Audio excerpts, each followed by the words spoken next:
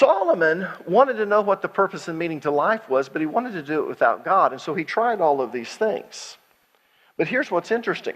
In trying all of these things, he actually walked away from God. And so when we read the book of Ecclesiastes and we read the book of Proverbs, we think, oh, Solomon was this wise person. And we go back to that story where God comes to him and he asks him, what do you want? He didn't ask for long life. He doesn't ask for power over his enemies. He asked for wisdom. And because of that, God says, well, I'm going to give you wisdom, but I'm going to give you long life and wealth. And we look at that and we say that Solomon was the wisest man that ever lived. But the truth of the matter is, there was a period of time when he was a fool. Because Solomon actually walked away from God. And it wasn't until later on in his life that he came back to God. He didn't finish the way he started.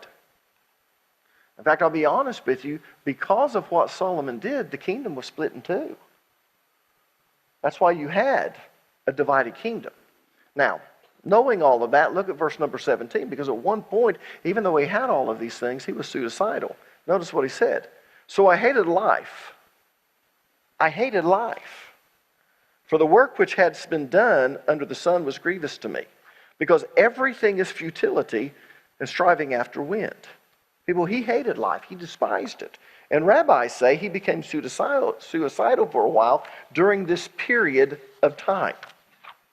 But eventually, Solomon found the answer that he was looking for, and his perspective on life changed. And of course, the answer was God. Look at verse 25. For who can eat and who can have enjoyment without him? Now, who is him? Him is God. So notice what Solomon is saying. The answer that man is looking for, the answer that I was looking for, is found in God. It's God who gives life meaning and purpose. Now, most of us don't realize that. In fact, when we're young, we think that the meaning of life is wealth, or we think that the meaning of life is power. So we go after these things. But it's not until we get older in life, and all of a sudden we have all of these things, and we realize there's an emptiness inside of me. There's got to be more to life than this. And we kind of follow the same pattern that Solomon found. But eventually he found that God gives life meaning and purpose. With God, we can eat and drink and actually enjoy life, because life doesn't end here, it begins here. Yeah. In other words, our life is not short-lived, it's eternal, because when we die, we get to go to heaven. And what we do on this earth has eternal consequences. Our works follow us on into eternity. So my life does have meaning and purpose if God is in his proper place. If God is not in his proper place, it really doesn't. And you become a bitter, owed person. And as a pastor, I see that quite often. But just because a man finds what he's looking for in God doesn't mean that everything's going to turn out rosy. And that can cause a lot of confusion, especially for new Christians. I can't tell you the number of immature Christians that are hurt and confused and are blaming God for something terrible that has happened in their life. And they'll always make this comment or something close to this. This world just doesn't make sense. You see, somewhere down the line, they got the notion or the idea that when they became a Christian, they wouldn't have any more problems, that bad things wouldn't happen to them. So when bad things did happen, they didn't understand. It just didn't make sense. And the world doesn't make sense, especially if you're going through something horrible, unless you understand how God designed this world to work. And that's what chapter 3 is all about. It helps us make sense of this world by explaining how this sinful world works. In other words, how the cookie crumbles. Yeah. So let's look at chapter 3. Now, before we begin looking at verse number 1, I want you to write in the margin of your Bible. I've already had you desecrate it by writing it over the chapter. So go ahead and write this in the margin of the Bible. Chapter 3 is for the believer. Let me say that again. Chapter 3 is for the believer. The man who has found the answer to life. And what is the answer to life? God. So chapter 3 is for the man who's found the answer to life, which is God. Now, under the title, How the Cookie Crumbles, I want you to write a subtitle. Write, Making Sense of This Perverted World. Because that's really what chapter 3 is doing. It's going to help you make sense of this perverted world. Now that you know that, we're ready to read verse number 1. The very first thing a believer needs to understand is this, verse 1. There is an appointed time for everything, and there is a time for every event under heaven. Now, to be honest with you, this is a horrible translation, and Calvinists have jumped on this verse to try and prove that God predestines everything that happens, and that nothing happens unless it's God's will for it to happen. But that's not what Solomon is saying, and I can prove it to you. Underline the phrase appointed time in verse number 1. Notice what it says. There is an appointed time for everything. That phrase, appointed time, is translated from the Hebrew word Zimon, and it actually means season. Notice how the King James Version translates this verse.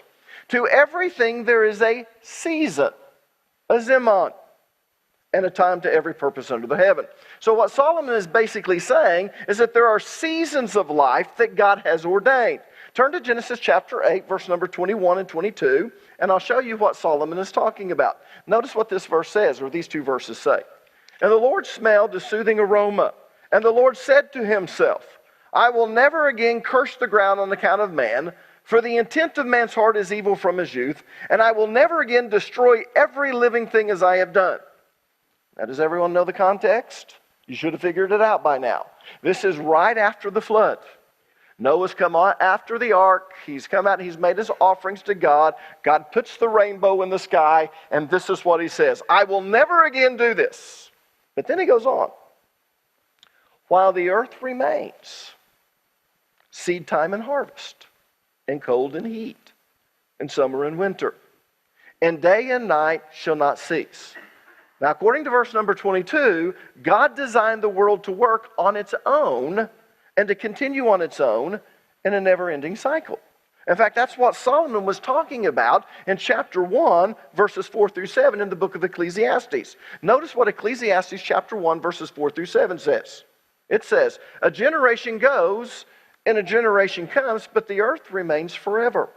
Also the sun rises and the sun sets, and hastening to its place, it rises there again and again and again and again. Blowing towards the south and turning towards the north, the wind continues swirling along. And on its circular courses, the wind returns. All the rivers flow into the sea, yet the sea is not full. To the place where the rivers flow, there they flow again. Now, do you see the never-ending cycle that God has set up? The earth revolves around the sun. And as the earth revolves around the sun, the seasons change because the earth is tilted on its axis. So if the sun's here and you have the earth here and it's tilted, as it goes around the sun, at one point the northern hemisphere is closer to the sun. But as it gets halfway around and it's revolving, the northern hemisphere is further away from the sun. So over here it was warm and hot. When it gets over here, it's cold. So this revolving around the sun causes the seasons to change. Seed time and harvest, cold and heat, summer and winter. The sun comes up in the east and it sets in the west. And it will do the same thing tomorrow and the day after that and the day after that. And I promise you, if Jesus doesn't return, well, even if Jesus returns, it will continue to do that for another 1,000 years. Yeah. Evaporation from the ocean turns into rain clouds. The rain clouds move over to the land, it rains, and the excess water runs off into rivers. The rivers flow into the oceans, and the process starts all over again. People, it's a cycle. But the implication in Genesis chapter 8 and in Ecclesiastes chapter 1, verses 4 through 7, is that God designed this world to work without him being directly involved.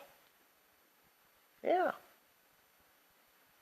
He set it up to work on its own in a never-ending cycle. Now, that's not to say that God doesn't intervene. God does through prayer, but that's another sermon. But in Ecclesiastes chapter 3, verse number 1, Solomon is reminding us that God designed this world to work on its own in a never-ending cycle, and everything has a season. But the key is this. These seasons come and go independently of God. They're part of a cycle that God set in motion. And just because you're a believer doesn't mean that you can skip over the seasons of life.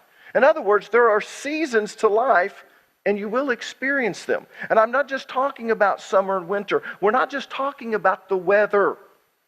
We're also talking about the seasons of our personal life. You'll also experience childhood for a season, but you can't stay there. Puberty for a season. Thank God it's over after a while, right? Adulthood for a season. And even old age for a season. And during these seasons of life, you'll experience good and bad. Everyone does. If you think someone has a perfect life, I promise you they don't have a perfect life. If you get to know them, that you'll find out it's not what they're putting on Facebook. Yeah.